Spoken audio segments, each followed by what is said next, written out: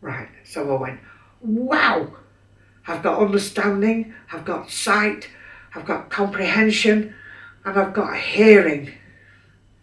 I thought, wow, I can build on this. And anyway, I ran to the nurse's station. I said, I've got through to him. They went, oh yeah. I said, I have. They went, he's too far gone. I said, come and see. So I pulled one of the doctors to the door and I said to Scott, who's this?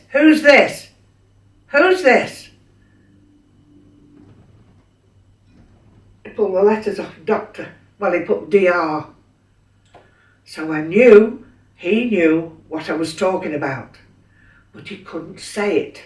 He couldn't get it out of his mouth. So the next day I went into him and I said, what do you want me to bring you tomorrow, Scott? I said, something you really want. And he went,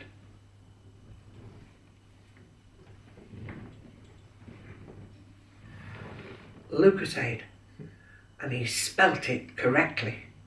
So I knew his cognitive skills were there.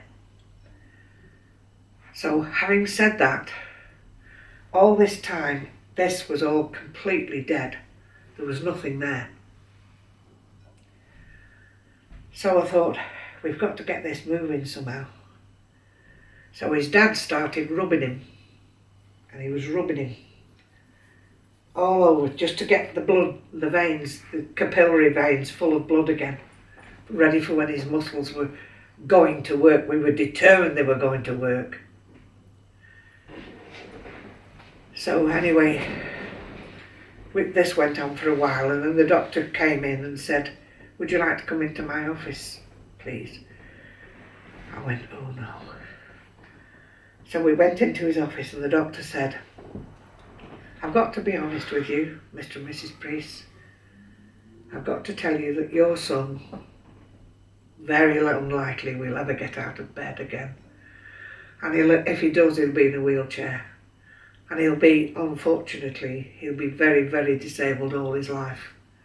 And he'll never be able to do anything. He'll be like a vegetable. I started to straighten up like that. My husband put his arm across me. And he said, I looked at the doctor, I said, do you know something, sunshine? I said, I'll see you in bloody hell first. I said, before I'll let a lad of mine lie on his back for the rest of his life. I said, I won't allow it. No way will I allow it, considering the fitness he's had. I said, I'm not going to have it. So my husband said, right, Eileen, we'll work now. And my husband rubbed him for hours and hours and hours. And I rubbed him as well. But my husband did most of the rubbing at that stage when we were in hospital. He had mates who came to see him who were brilliant. And one of them, they came, didn't they? They used to work till 7 at night and come and see him before closing at 8. And I forgot Scott's washing one day and I rushed down the corridor and then I said to my husband, oh, I forgot his washing. So I went back and I heard one of the guys talking. I thought, oh, we better not go in and interrupt them. And I heard this black guy say, come on, Scott, you can beat this, lad. He said, think of how tough you were on the football field. Come on, you can beat this. He says, I'll tell you what. He says, I'm going to hug you. He said, and you have some of my strength and you use it to get yourself better. And that man hugged my son. And I thought, wow, is that friendship?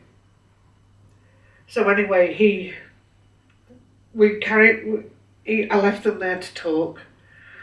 And I knocked on the door and I said, please could I come in for the washing, please? I've forgotten it. And I got the washing and went out and I told my husband about it. He said, my God, he said, that's friendship if you like. And those guys came every single night to see him. Anyway, eventually after 6 months, the nurses used to go in their lunch breaks and have the sandwiches in his room to talk to him. I thought, what a compliment that was, wasn't it? And they used to go in and love him and, you know, pat his hands and say, come on, Scott, come on. By this time, he could just utter a few sounds. But I used to make him blow me kisses, like, to strengthen these muscles here, because he's got no feeling down this cheek and still hasn't after all these years, and down his tongue he still hasn't got the feeling there. So I made him rub, and I used to rub his cheeks like this, and I used to make him blow me kisses. And if he wanted anything, I was eating an apple one day, and he looked at me, and he looked at the apple, and he looked at me, and he looked at the apple. I said, do you want an apple, Scott? He couldn't answer me, and I said, right, you can have one. But I put it out of his reach. Made him stretch for it. And that's gave me an idea. I thought, right, I'm going to make him stretch for things. I'm going to make him work for everything he wants. And you know, that lad never refused me. He always worked for what he wanted. Like his football training and discipline, you have to work for what you want. Eventually, they said he could come home because they couldn't do anything else for him, because they'd done as much physio, but they devised a physio program for him at home, and I had to take him back to visit them to do the physio. Well, it took 4 physios when they brought him home to see if he could get up the stairs, because in the meanwhile, social services had come and put 2 handrails down the side of the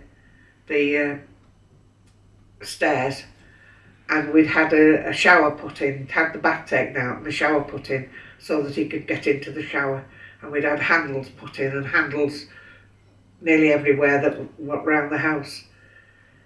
Anyway, they eventually got him in, and he had a wheelchair for downstairs, and then we had to get him upstairs, and then he had a wheelchair for upstairs as well.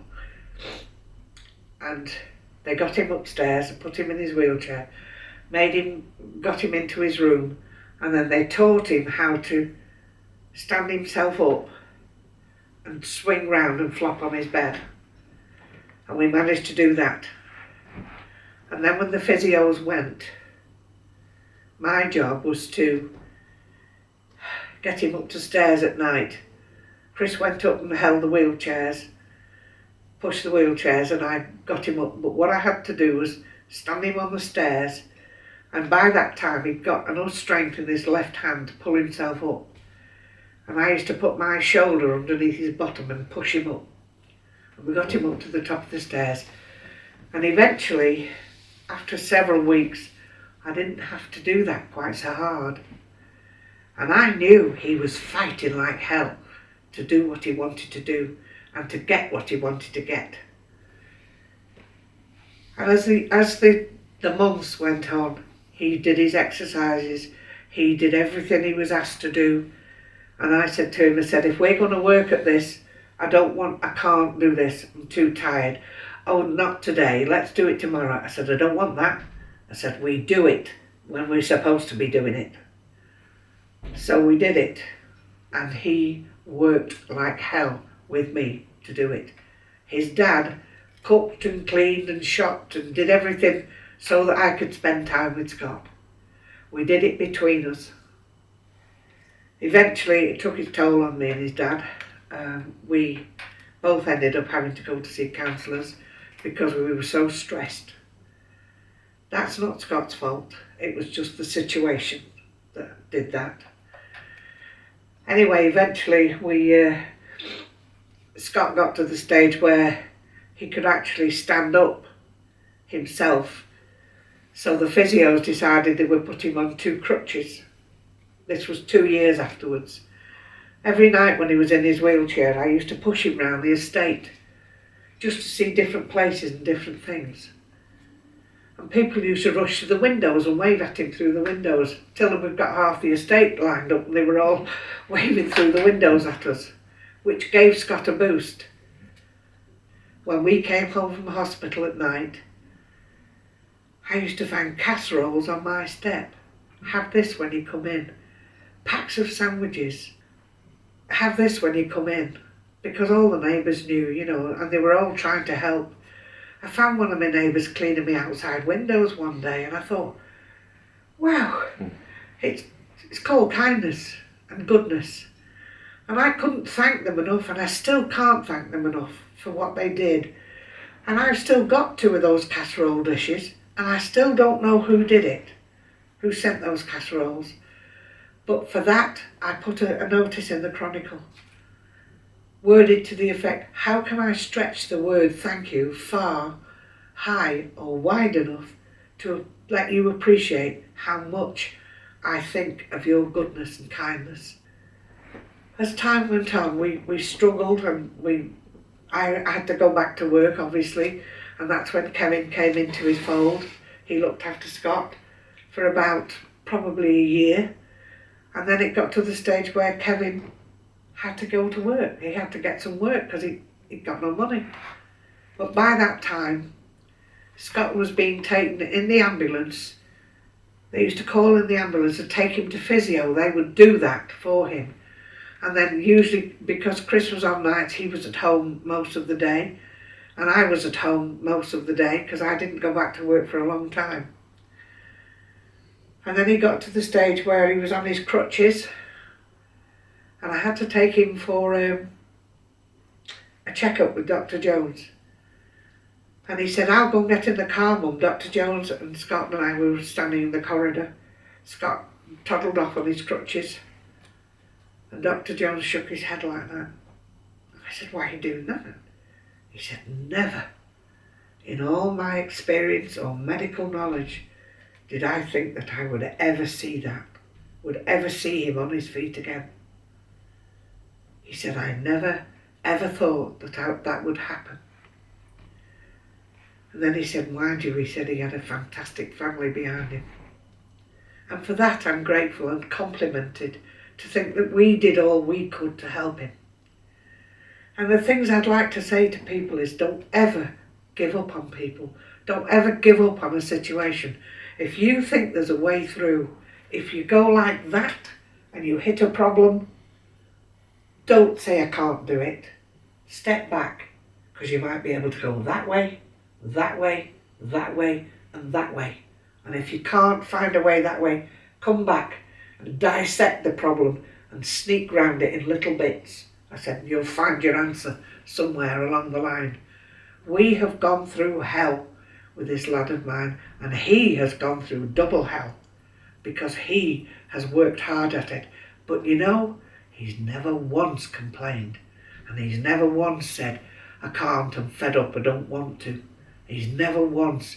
He's worked at it, and every challenge he's come across, he's accepted and he's done. I remember one day he couldn't fasten his trainers, and he still can't fasten them very well now. But he decided to try and tie a bow in his trainers. And he couldn't, and he started swearing. I said, oh. I says, we don't have swear words in here. I said, if you want to swear, go upstairs and do it in your bedroom. So he toddles off on his crutches, goes upstairs, stamping the crutches on the stairs.